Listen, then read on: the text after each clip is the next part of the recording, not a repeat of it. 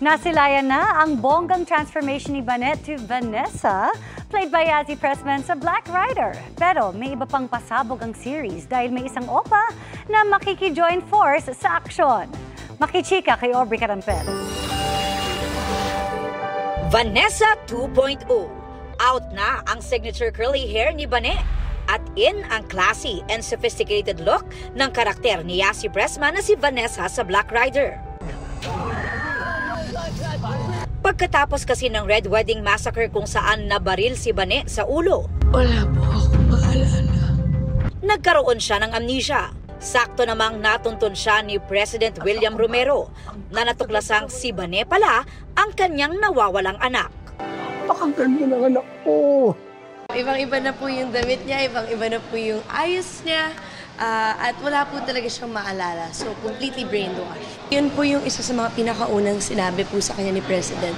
Ang bumaril sa'yo ay si Elias, si Black Rider.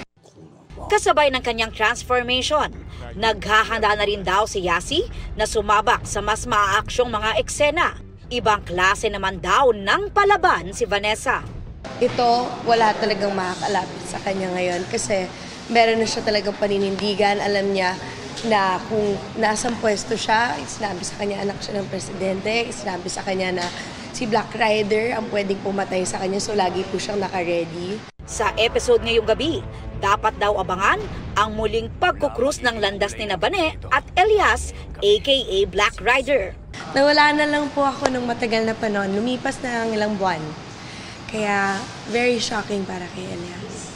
At ang pagsugod po nila ay napakalaking aksyon ng mga eksena, siksik po. Ipapangako po namin na hindi po kayo makakatayo sa inuupuan po ninyo. Dapat din daw abangan ang bagong character na tutulong kay Vanessa para mas maging palaban.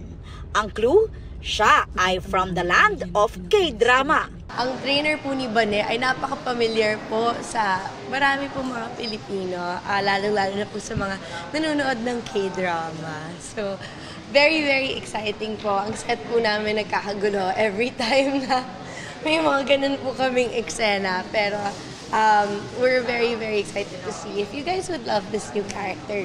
Aubrey Carampel, updated sa Showbiz Happening. Isang lesson-learned experience para kay Sparkle star Rabia Mateo ang mabiktima sa isang investment scam. Tuloy siya sa trabaho at may special role pa sa upcoming family drama na Pulang Araw. Makichika kay Aubrey Carampel.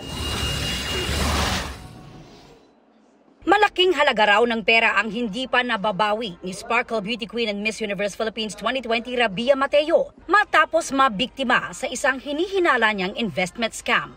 Kwento ni Rabia, isang kakilala ang nag-alok sa kanya na mag-invest na noong una ay maganda naman daw ang kita. It's been like 2 years na okay naman yung investment. So, bumabalik naman siya. However, bigla na lang naputol. So, ako naman, kailangan natin ipagpatuloy yung buhay. Masakit man, but you know, there's still a lot of means for me to get my money back. So, I'm still praying and hoping na sana mabalik. Ang kanyang experience nagsilbing aral sa kanya na mas maging mapili at maingat sa mga taong dapat pagkatiwalaan at maging babala na rin daw sa ibang tao.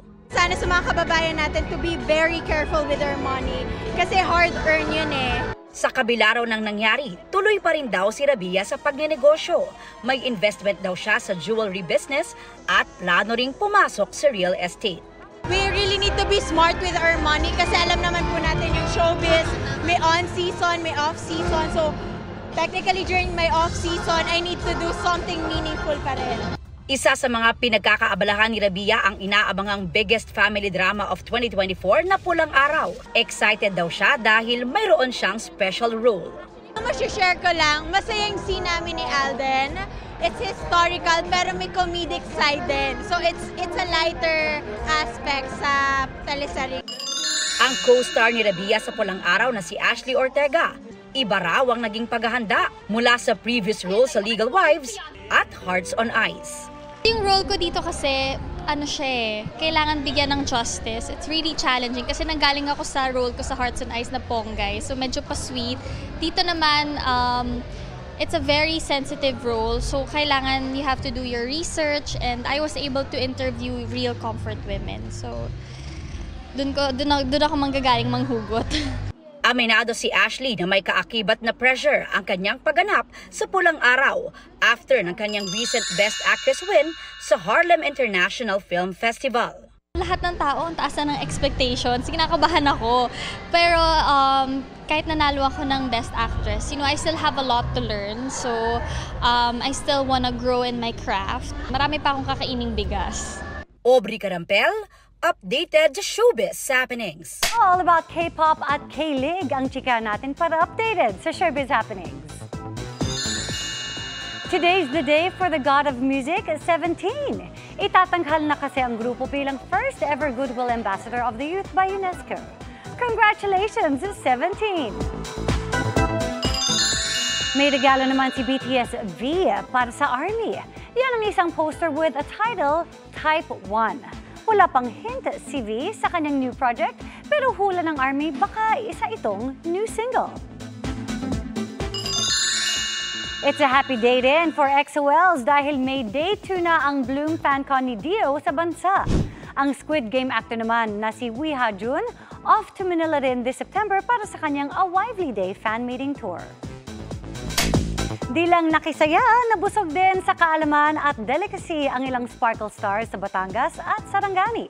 Yan ang report ni Paul Hernandez ng GMA Regional TV.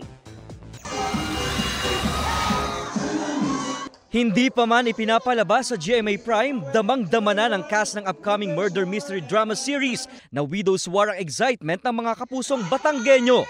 Sa pagdiriwang ng Foundation Day at Cityhood ng Lipa, sinalubong ng malakas na hiyawan sina Carla Abellana, Kapuso Hank Benjamin Alves, Rita Daniela, at Juancho Trevino. Hindi makukumpleto ang trip to Batangas nila kung hindi hihigop at titikman ang linamnam ng goto rine. Alae pasaduga. 10 for me. Kasi nga iba yung ano niya, the way it's prepared. Iba siya at mas pasok sa palate ko yung ganito na hindi siya sobrang nakakaumay. Light yung broth niya. Ang rating ko sa kanya 9. Malinamnam siya, masarap, very comforting. Ako, I would rate this as 8. Nasa 9, syempre. Ganun siya masarap. Napuno rin ng hiyawan, kasiyahan at kilig ang kulminasyon ng 19th Pakaradyan Festival sa Malapatan, Sarangani sa pakikisaya ng ilang Kapuso stars sa Kapuso Fiesta. Unang nagpakilig ang stars ng asawa ko na sina Lizelle Lopez at Martin Del Rosario na hinarana ang fans.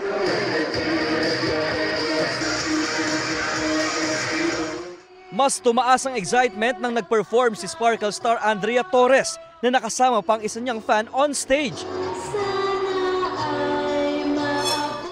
Bago yan, nasubukan rin nila kung paano ang proseso ng traditional weaving sa mga kapatid na Muslim. Pinasuot rin sila ng kasuotan ng mga Moro. Nakakatuwa kasi actually pagka tinignan mo sila, ang bilis na nila, may sistema na sila. Pero pag ikaw na yung gumagawa, mahirap pala.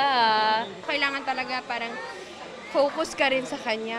Mahirap din siya. Pero pag natapos mo to, parang ang laking accomplishment. Bawat layer isang sinulid na so talaga, product of hard work talaga ito. And nakaka-proud pag makatapos ka ng isang ganito. Mula sa GMA Regional TV at GMA Integrated News, Paul Hernandez, nakatutok 24 oras.